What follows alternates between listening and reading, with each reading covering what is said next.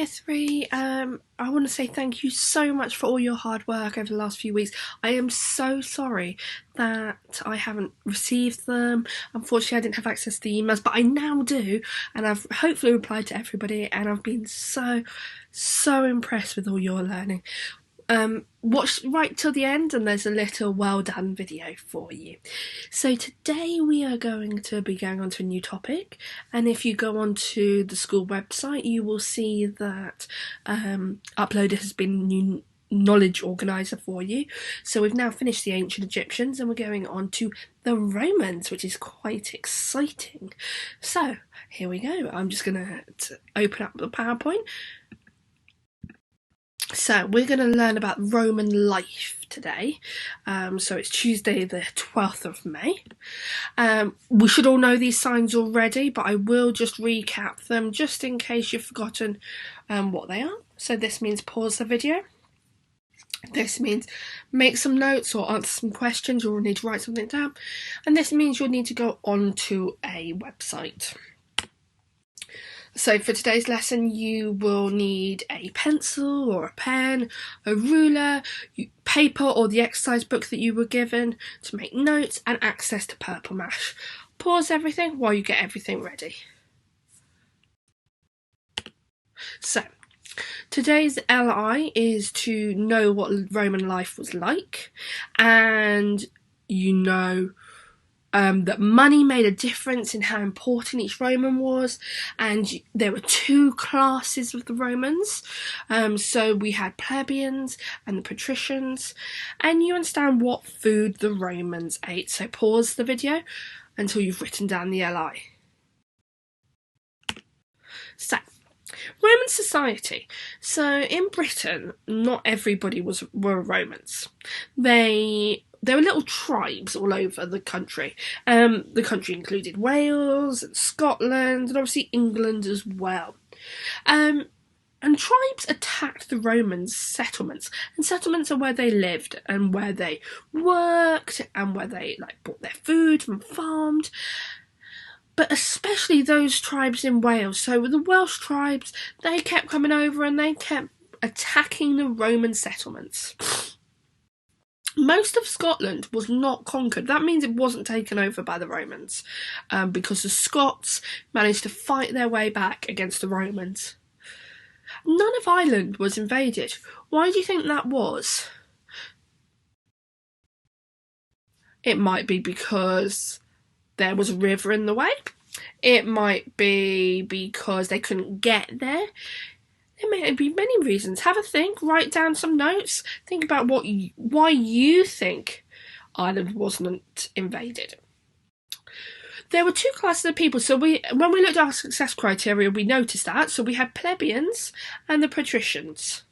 Patricians were the richest of the Romans. They had lots and lots of monies. And they had all the power. So it was like the pharaohs, they had all the power. But you couldn't buy your way into being a patrician. You couldn't ask to be one. You couldn't be made one. You had to be one from birth. So if your family was rich, if your family was a patrician, then you would be one because you were part of that family. However, if you were born part of the plebeians, you would not be able to become a patrician. So everyone else was a plebeian. They were the working people who had skills such as craftsmen, farmers, tradesmen. Now, where do you remember those words from? Have a think, write down some notes for me. Pause the video. So, who were the Romans? Well, Romans were a group of people who invaded lots of places. They tried to take over most of the world. So, Rome is a capital city of modern-day Italy. Has anybody been to Italy? It was the city at the centre of the Roman Empire. So right now, London is the centre of the UK, well, of England. It was the centre of everything. The Roman Empire is a name used to group the lands that were controlled by the Romans, which included parts of Europe, North America, and Middle East. So they had an awful lot of land. You can see by the map right at the bottom that they had conquered a large area of land. You can see here is the UK, the United Kingdom, England, bit of Wales there, not quite Scotland, and you can see the amount of land that they took control of. Many soldiers fighting in the Roman army didn't come from Rome, though. Instead, they came from one of the many countries that formed part of the Roman Empire. And as you can see, they could have come from anywhere that's red. Around 20 to 30% of the people were slaves and not citizens of Rome. And slaves were owned by either a family or the government. Now, do we think that's fair? Do we think it's fair that a person is owned by other people? Write down your thoughts.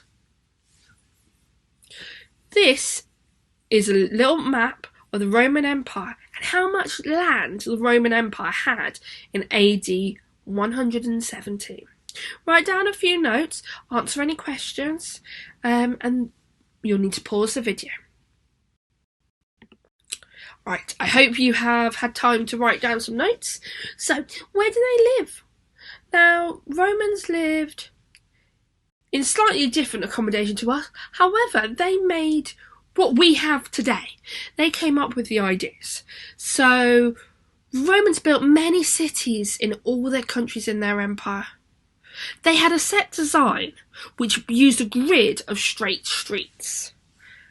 Usually, there were two main streets that crossed in the centre of the town, and that was right in the centre. And in that centre point was a place called the Forum, and this was an area that was connected buildings around a central open square, and everything important would happen in that open square. Most people lived in apartment buildings called insulae, but only wealthy people could afford individual homes, which were called domus. In the insulae, there was over or up to 50 people, and they were 3 to 5 stories high. What does that remind you of now? What sort of accommodation does that remind you of now? Pause the video, write down some notes. Can you answer my question? What sort of accommodation does it remind you of now? Okay, just to recap. So for the homes, the nobles, which we know are called what? Who can help me? That's right. So they live in the domus, and it's built on one floor, the central courtyard with a pool with rainwater, where rainwater is collected. So in the centre of their house or their home, they would have a courtyard, and that would have an area which would collect rainwater so they can have water. The rooms were built around the central courtyard. But the plebeians, the ones that didn't have the money, they lived in the insulae, and they were multi-storey houses. They could have 3 or 4 or 5 floors. Many people lived in the same house. The houses were often made of wood or bricks. On the ground floor, there were usually shops. This reminds me of something, but what does it remind you of? Write down some notes and pause the video. Okay, I hope you had enough time. So, men, well, we're going to go into what they wore. So these are 2 examples. These are the poor, and these are the rich. You can see some key differences between the 2, mainly the colour, but there are some other differences, so we're going to go through that now. Men wore a knee-length short-sleeved tunic with a cloak over it, which was carefully wrapped around their body. Important men would wear a long robe called a toga made from white wool or linen. So they were the people that had money. They were able to afford better clothing, so they would show off and show that they had better clothing. However, women wore longer tunics. They the men, which went down all the way to their ankles. They would wear a dress called a stola over their tunics, which fastened at the shoulders. Rich women would wear long tunics made from expensive silks. They also wore lots of jewellery, such as brooches. Brooches are little badges that are quite decorative. Pause the video to make some notes. Okay, I hope you've made some notes. So, the clothes, to recap, women wore a stole. They wore a cloak over the tunic, often made of wool and tightened at the waist with a belt. The mantle covered the arms and sometimes even the head. What does that liken to these days? Men, they wore a toga. A cloak would be worn over the woolen tunic. It covered the arms and the back. Pause the video to make any more notes that you might need to. What did they eat? Well, the Romans ate 3 meals a day, which is like us, and they were called 3 different things, and they're quite hard to pronounce, actually. Ientaculum, that was a breakfast of bread or pancakes with dates and honey. Prandium, that'd be lunch at around midday like we have. And they'd eat a light meal of fish or cold meat and bread and vegetables. And cena, that is an evening meal, dinner. Poorer Romans would eat vegetables and porridge, whereas richer ones would enjoy a feast with wine. What does that show you about the differences between being rich and poor? Are there differences? Do you think they're good or bad? Pause the video and make some notes. Make sure you get down what each type of meal was called. So, to make sure you know what you're talking about, and we're going to clarify everything. So the nobles, that was the rich people, they ate dried fruits and cheese and meats and cooked vegetables and eggs. The plebeians, they ate olives, bread and polenta, and everyone was able to eat fish, barley, chickpeas, wine and water. Pause the video, make any notes that you need to. Now, this is a question. Do you think you would have liked being a Roman, and why? I look forward to seeing your answer, so please pause so you can write down your answer. So, your challenge today is you are going to, let me just move this out of the way, you are going to go onto Purple Mash, and you will see that there's quite a few challenges for you to do from me. This is the main challenge. I don't know if you can see it. Let me put my laser pointer on just to make sure.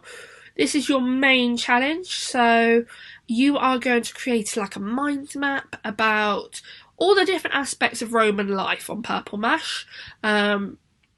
Then you're going to read chapter 1 of A Horde of Ravens, and then you've got your multiple choice questions to answer.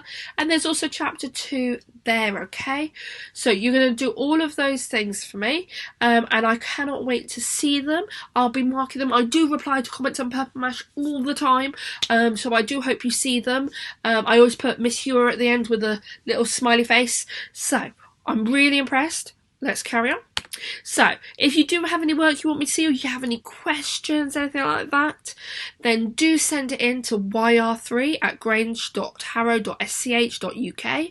I'm always there to answer questions. I now have access, so I can email you back. It's not a problem. And finally, coming up is the thank you video. So I will see you later, guys. Enjoy this little thank you video for all your work that you've been sending in. I'm so impressed, and I'm so sorry I couldn't get back to you earlier. So I can't wait to see today's work. Bye everyone.